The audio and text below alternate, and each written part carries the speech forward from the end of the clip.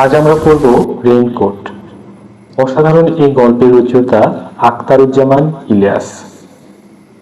গল্পের শুরুতেই চরিত্রগুলো সম্পর্কে জেনে নেওয়া যাক। এই গল্পের প্রধান চরিত্রের মধ্যে রয়েছে নুরুল হুদা, নুরুল হুদার স্ত্রী আসমা, শ্যালক মিন্টু, কলেজ প্রিন্সিপাল এবং কলেজের পিয়ন আবু ইসহাক। রেইনকোট গল্পটিতে আমরা দেখব গল্পের প্রধান চরিত্র নুরুল হুদা সে কেমন ভীতু এবং আত্মকেন্দ্রিক মানুষ থেকে সাহসী এবং দেশপ্রেমিক হয়ে ওঠে। তার চরিত্রের এই বিবর্তনটাই গল্পের মূল উপজীব্য। গল্পটি লেখা হয়েছিল মুক্তিযুদ্ধকালীন ঢাকায় যে থমথমে অবস্থা বিরাজ করছিল ওই সময়ের প্রেক্ষাপটে। ঢাকায় ততদিনে গেরিলা আক্রমণ শুরু হয়েছে, যেটি মুক্তিযোদ্ধারা করেছিল। শহরের যেখানে যেখানে মিলিটারি ক্যাম্প সেখানে মুক্তিযোদ্ধারা হামলা চালনা শুরু করেছে। তো সেই রকম একটা সময়ের এক বৃষ্টিমুখর দিনের গল্প রেইনকোট, যার শুরুতেই দেখা যায় তুমুল বৃষ্টি হচ্ছিল এবং নুরুল হুদা বেশ আয়েশ করে শুয়ে আছে। তার কাছে এই বৃষ্টিটা মনে হচ্ছে আরাম করার একটা বড় সুযোগ। বাইরে যাওয়ার কোনো ঝামেলা নাই, শুধু বিছানায় শুয়ে আরাম করো। এরপর একটা কথা আছে, তার হলো কই ম্যান প্রপোজেস। এই ম্যান প্রপোজেস একটা ইংরেজি প্রবাদ বাক্যর প্রথম অংশ, যার পুরো অংশটা ছিল ম্যান প্রপোজেস গড ডিসপোজেস, অর্থাৎ মানুষ তো কত কিছুই পরিকল্পনা করে, কিন্তু কি যে হবে একমাত্র সৃষ্টিকর্তার হাতেই আছে। এখানে এই কথাটি বলা হয়েছে কারণ নুরুল হুদা যতই পরিকল্পনা করুক সে আরাম করে শুয়ে থাকবে সেটা সম্ভব হলো না। কারণ হচ্ছে দরজায় কেউ একজন কড়া নাড়ছে। সে সময় বাইরের যে আতঙ্ক অবস্থা, নুরুল হুদার মনে হচ্ছে মিলিটারি চলে এসেছে এবং সে ভয়ে দোয়া দরুদ পড়ছে। এবং আরো একটা তথ্য এখানে আছে, এই কয়েক মাসে কত সূরাই সে মুখস্থ করেছে। তো যাই হোক, নুরুল হুদা যখন দরজা খুলে দেয় তখন দেখে যে মিলিটারি নয়, পিয়ন এসেছে। অর্থাৎ আমাদের নুরুল হুদা কলেজের শিক্ষক এবং তার কলেজের পিয়ন চলে এসেছে নুরুল হুদাকে ডেকে নিয়ে যেতে। কেন নুরুল হুদাকে জরুরি ভিত্তিতে তলব করা হয়েছে এখানে সেই কথাটি আছে, দেখো। মিসক্রিয়ান্ট লোক ইলেকট্রিক ট্রান্সফরমার তোড় দিয়া ও ওয়াচ জানিকা টাইম প্রিন্সিপাল সাহেবকা কঠিনে গেরেন্ট ফিকা গেট তোর গিয়া। অর্থাৎ যার বাংলা তর্জমা করলে যেটা বোঝা যায়, মিসক্রিয়েন্ট ইলেকট্রিক ট্রান্সফরমার ভেঙে দিয়েছে এবং ফিরে যাবার সময় প্রিন্সিপাল সাহেবের যে বাসা সেখানে গ্রেনেড ফেলেছে এবং গেট ভেঙে দিয়েছে। এখানে আমাদের যে জিনিসটা লক্ষ্য করতে হবে, এখানে মিসক্রিয়েন্ট শব্দটা কাদের বোঝানো হয়েছে। মিসক্রিয়েন্ট মানে বিশৃঙ্খলকারী। এখানে মিসক্রিয়েন্ট কারা? আপাতত দৃষ্টিতে মনে হয় এখানে বোধহয় পাকিস্তানি মিলিটারিদের বোঝানো হয়েছে, কিন্তু পাকিস্তানিদের দৃষ্টিকোণ থেকে মিসক্রিয়েন্ট হলো মুক্তিযোদ্ধারা। অর্থাৎ তারা চাচ্ছিল একটা অখণ্ড পাকিস্তান রাখবে, কিন্তু তাদের এই দৃষ্টিতে মুক্তিযোদ্ধারা বিশৃঙ্খল করছে, এরা দেশের শান্তি নষ্ট করছে। এজন্য তাদের দৃষ্টিকোণ থেকে এই মুক্তিযোদ্ধারা হলো মিসক্রিয়েন্ট। তাহলে আমরা কি মেসেজটা পেলাম? মুক্তিযোদ্ধারা ইলেকট্রিক ট্রান্সফরমার ভেঙে দিয়েছে এবং যাবার সময় প্রিন্সিপাল সাহেবের বাসায় গ্রেনেড ফেলেছে। এখানে একটা ইনফরমেশন আছে, প্রিন্সিপাল সাহেবের বাসার পাশেই কিন্তু মিলিটারি ক্যাম্প। তো এইরকম একটা খবর নিয়ে আসে কলেজের পিয়ন ইসহাক মিয়া, যার ফলে নুরুল হুদাকে অবশ্যই কলেজে যেতে হবে। এবং নুরুল হুদা যেই পরিমাণ ভীতু মানুষ, তার কাছে বিষয়টা ভয়ঙ্কর লাগছে, কেন তাকেই যেতে হবে। এই অংশে আমরা গুরুত্বপূর্ণ কিছু তথ্য জানতে পারবো। কলেজে যে প্রিন্সিপাল সাহেব সে কিন্তু পশ্চিম পাকিস্তানের সমর্থক ছিল এবং বিভিন্ন বিষয়ে পাকিস্তানি মিলিটারিদের পরামর্শ দিত। তার মধ্যে একটা হচ্ছে সব স্কুল কলেজ থেকে শহীদ মিনার হটাও। শহীদ মিনার কেন ভেঙে দিতে হবে? এটা বাঙালি জাতীয়তাবাদের প্রতীক। এটা বাংলার মানুষকে একটা বিশ্বাস দেয়, একটা শক্তি দেয় এবং ভাষা আন্দোলনের কথা মনে করিয়ে দেয়। ভাষা আন্দোলনের মাধ্যমে আমরা যেভাবে নিজেদের অধিকারকে ছিনিয়ে আনতে পেরেছিলাম, এই শক্তিটা আমরা আবারও পাই। এই বিশ্বাসটা পশ্চিম পাকিস্তানিরা উপলব্ধি করতে পারে, আবারও তারা জয়ী হবে। এজন্য দেশের সব স্কুল কলেজ থেকে শহীদ মিনারগুলো ভেঙে দেওয়া হচ্ছিল এবং এই পরামর্শদাতা হচ্ছে কলেজের প্রিন্সিপাল। পরের অংশে দেখা যায় নুরুল হুদা বাইরে যাওয়ার জন্য রেডি হচ্ছে এবং যেহেতু বাইরে অনেক বৃষ্টি, তার স্ত্রী আসমা তার ভাইয়ের একটা রেইনকোট ছিল, সেই রেইনকোটটা পরে যেতে বলে। এই অংশে আমরা নুরুল হুদার শ্যালকের প্রসঙ্গে আসি, যার নাম হচ্ছে মিন্টু, যে কিনা মুক্তিযুদ্ধে গিয়েছে। মিন্টু মুক্তিযুদ্ধে যাওয়ার পর থেকে নুরুল হুদা চারবার বাড়ি পরিবর্তন করেছে। সে ছিল এতটাই ভীত।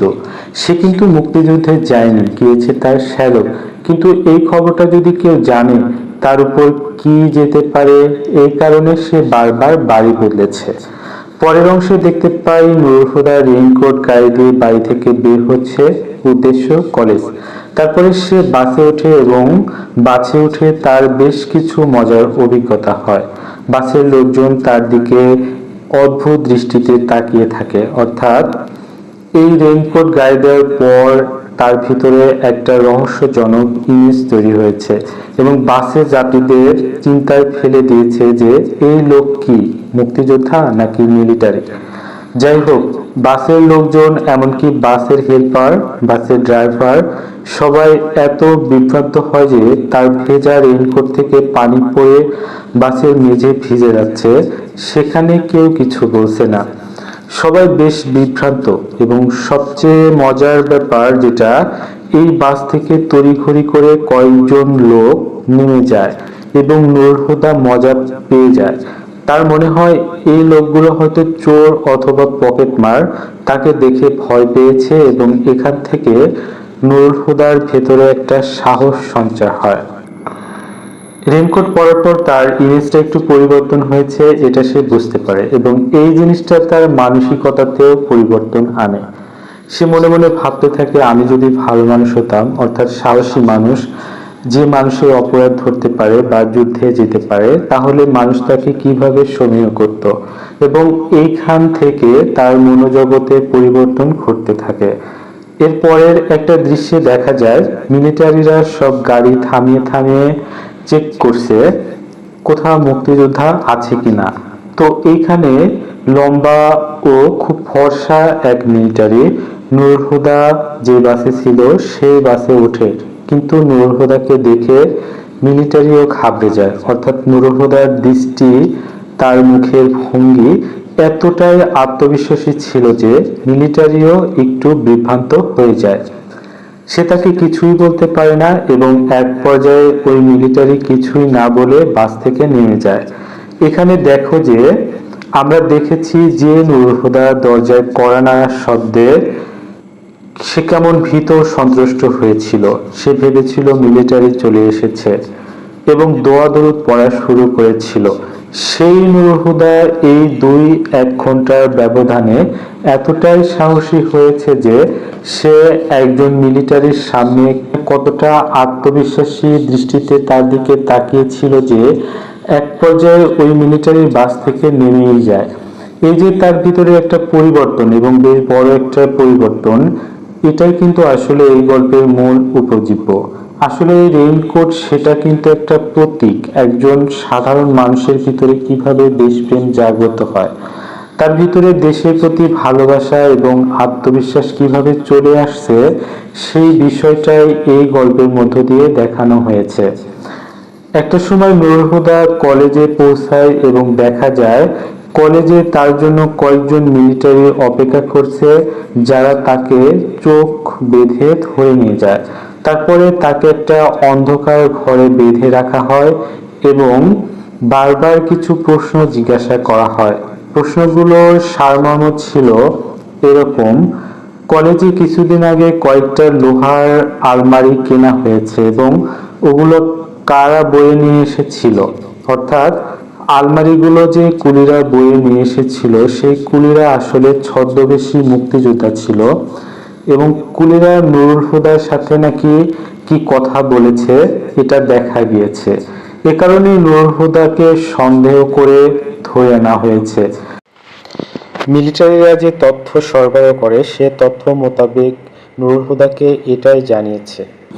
মিসক্রিয়েন্টরা কলেজে ঢুকেছিল কুলির বেশে, এটা তার চেয়ে ভালো আর জানে কে। তারা ধরা পড়ে নুরুল হুদার নাম বলেছে, তাদের সঙ্গে তার যোগাযোগ নিয়মিত, অর্থাৎ কয়েকজন মুক্তিযোদ্ধা ধরা পড়েছে এবং কাকে তারা চিনে এই প্রশ্নের উত্তরে নুরুল হুদার নাম বলেছে। তাদের সঙ্গে তার যোগাযোগ নাকি নিয়মিত, এই তথ্য মিলিটারি নুরুল হুদাকে বলেছে। এখন নুরুল হুদার এই তথ্য জানার পরে কিন্তু তার ভয় পেয়ে যাওয়ার কথা ছিল। সে কি করলো দেখো, আমার নাম সত্যি বলেছে, আমার নাম বলেছে, অর্থাৎ নুরুল হুদা বেশ আনন্দিত হচ্ছে।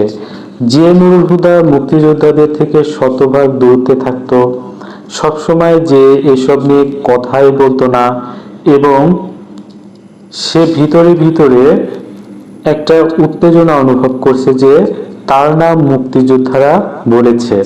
মুক্তিযোদ্ধাদের সাথে যোগাযোগ রাখতে পারা যে একটা গর্বের বিষয়, এই জিনিসটা ভেতরে ভেতরে চলে এসেছে। তো এরপর খুবই স্বাভাবিক নুরুল হুদার প্রতি প্রচন্ড অত্যাচার চলে এবং মিলিটারিরা বারবার জিজ্ঞেস করে মুক্তিযোদ্ধাদের ঠিকানা তার জানা আছে কিনা। এবং খুবই অদ্ভুত ব্যাপার, নুরুল হুদা অস্বীকার করে না মুক্তিযোদ্ধাদের ঠিকানা তার জানা নেই। আসলেই কিন্তু সে জানে না, কিন্তু এটা সে অস্বীকার করে না, কারণ তার ভিতরে একটা ভালো লাগার বোধ তৈরি হয়েছে যে সে মুক্তিযোদ্ধাদের ঠিকানা জানে। সে কিন্তু যে চরিত্র মানুষ ছিল, আমরা গল্পের শুরুতে তাকে যেভাবে দেখেছি, সে চাইলে কান্নাকাটি করতে পারত, সে সত্যি কথা বলতে পারত যে সে কিছু জানে না, তাতে সে হয়তো ছাড়া পেত। বরং সে বারবার বলছে সে ছদ্মবেশী কুলিদের আস্তানা চিনে, তারাও তাকে চেনে এবং তার উপর তাদের আস্থা কম নয়। এটা তার একটা অহংকারের মতন মনে হয় এবং তার উপর অত্যাচারের মাত্রা বাড়তেই থাকে এবং এক পর্যায়ে চাবুক দিয়ে তাকে যে মারছে সেদিকে তার মনোযোগ দেওয়া হয় না। তার কাছে মনে হয় বৃষ্টি পড়ছে মিন্টুর রেইনকোটের উপর। একেবারেই সাধারণ একটি চরিত্র নুরুল হুদা। তাকে গল্পের শুরুতে আমরা যেমন দেখি এবং শেষে আমরা যেমন দেখি, দুটার মাঝে ভীষণ পার্থক্য আছে। আর এই পার্থক্যটা তৈরি হয়েছে রেইনকোটের মধ্য দিয়ে। আগেই বলেছি রেইনকোট হচ্ছে একটা প্রতীক। ধীরে ধীরে যে মানুষের মধ্যে দেশপ্রেমটা জাগ্রত হয় সেটার প্রতীক হচ্ছে রেইনকোট। শেষে দেখা যায় পুরোপুরি বিবর্তিত মানুষ নুরুল হুদা।